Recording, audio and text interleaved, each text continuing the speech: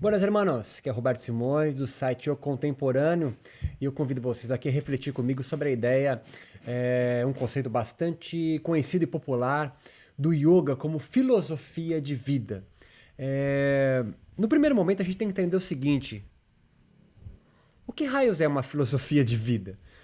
No senso comum, o espontâneo vai entender uma filosofia que é prática, como se fosse tipo o oposto de uma filosofia que não é prática. Enfim, não existe filosofia que não é prática. Toda filosofia é prática e toda religião e espiritualidade tem uma filosofia por trás, ou se você preferir, um sentido de vida. Então, o yoga é uma filosofia de vida? Sim, ele possui uma ética, que é ao contrário de moral.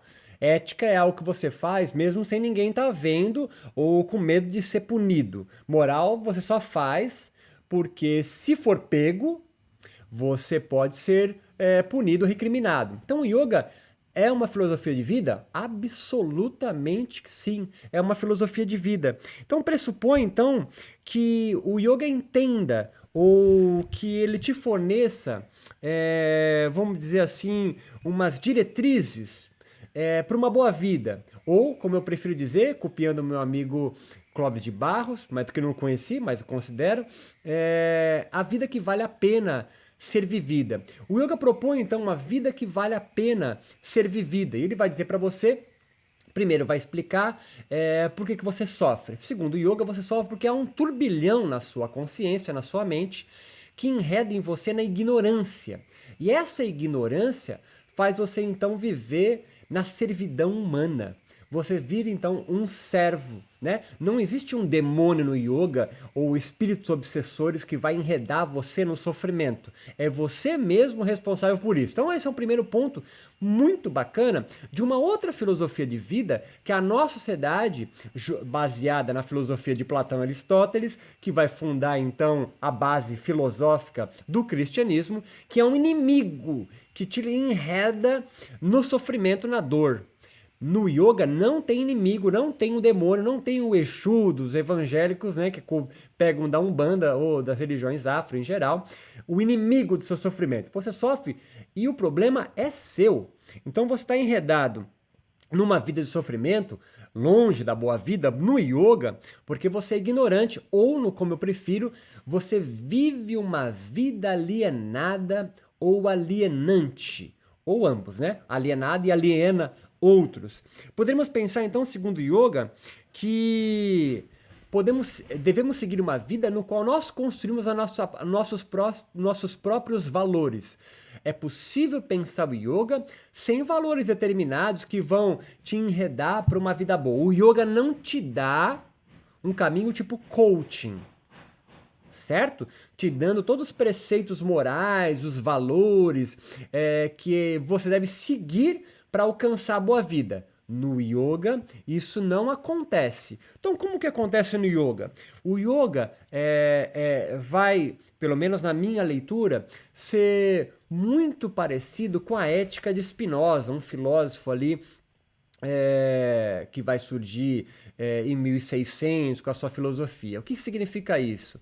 É uma ética, então, da imanência, não da transcendência. É possível pensar algumas escrituras do yoga como transcendente, mas eu trago ele como imanente. Tá viajando nisso, não se importa. O importante é assim, o yoga é uma filosofia de vida? Sim, mas ele te fornece ferramentas para você fazer a construção dos seus próprios valores e não seguir valores alheios para sair fora da servidão humana. O que é a servidão humana no yoga? Esse turbilhão da sua mente. Então eu vou meditar, então, praticar yoga para não pensar em nada? Absolutamente isso é impossível e é isso que te faz enredar na servidão humana. Você achar que é possível, então, se arrastar. Porque entenda, você perceber que são os pensamentos, as emoções que te fazem enredar na ignorância e no sofrimento, é achar um inimigo. Isso é pensamento transcendente, dual. Não há um inimigo. A questão é que você, e aqui no que eu chamo de servidão, é uma impotência do ser humano em governar ou restringir as suas próprias emoções. Palavras de Spinoza. Vou repetir. Servidão humana, então, é a impotência, a falta de capacidade dos seres humanos para governar governar ou restringir as suas próprias emoções. Não é não ter emoções ou imaginar o corpo como sede das emoções nefastas. Não é isso. É você entender que a vida é feita de encontros, encontros de corpos. Corpos emocionais, corpos de pensamento, corpos de luz, corpos de fala, corpos de ideias que encontram você e vão fazer você então produzir pensamentos. Pensamentos correm por duas direções, isso é yoga. Um caminho que te envereda para mais servidão e um caminho que te envereda para mais conhecimento. Há três tipos de conhecimento. Conhecimento imaginário, esse é o mais nefasto. É o que eu penso, são teorias da conspiração. Segundo tipo de conhecimento, conhecimento lógico, racional, absolutamente importante para você sair do pensamento imaginário. Mas há um terceiro tipo de conhecimento, esse é essencial, que é o conhecimento intuitivo. Que você se utiliza do racional, mas você vai além dele. É a sacação, é a ideia. Yoga vai chamar isso de viveka. O Spinoza vai chamar de conhecimento intuitivo. Bergson, outro pensador influenciado por Spinoza, também tem um livro sobre isso, Evoluções Criadoras, muito bacana. Então a consciência para Spinoza e para o Yoga é uma espécie de uma lanterna que lança a luz a essa sua mente, formada por um monte de pensamentos, ideias, cores, é uma infinidade. É quando você fecha o olho e tenta meditar e vê aquela enxurrada de ideias, isso é sua mente. E a lanterna que ilumina isso é a sua consciência. Só que quem mexe a lanterna não tem um eu por trás. Quem mexe a lanterna são esses encontros com corpos. Então é mais um enredo de servidão imaginar que existe um eu controlando essa lanterna que ilumina a sua mente. Quando você medita, atenção plena, portanto, yoga, praticando yoga, você vai não controlar a lanterna. Não dá para controlar, porque a lanterna se mexe pelos encontros que acontecem.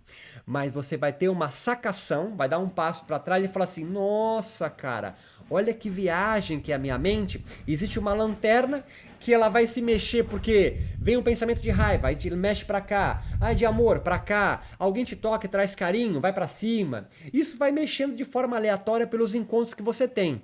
Porra, então se eu não vou controlar isso aí, como é que eu saio da servidão humana? É você compreendendo as regras do jogo, sacou? Você tem que entender as regras do jogo para começar a jogar o jogo e parar de ser jogado pelo jogo. Servidão humana é alguém que não sacou as regras, cara, e tá aí na vida. Aí ela bate um sentimento de raiva, ela vira pra cá e você fica com raiva. A sua reação é raiva. Vira pra cá, vira amor, estou apaixonado. Vira pra cá, não sei o que. E você fica como uma marionete. Então, o nosso eu é um acontecimento. Nosso eu é um acontecimento. Acontecimento o quê? Nos encontros de corpos. Se convencionou chamar você de Roberto, professor, ou sei lá o quê, tá na frente de uma câmera falando, porque é uma convenção para conseguir trocar ideia. Mas nós somos um acontecimento. Nós estamos sempre em devir, sempre em transformação. Então a atenção plena, a meditação aqui é igual a esse estado de yoga. E o estado de yoga, muito longe de uma experiência transcendente, mística, é você tomar consciência, né? É ter mais um novo olhar sobre os acontecimentos da sua vida agora. Então, olha, tô com raiva, tô com amor, tô com um sentimento de ansiedade.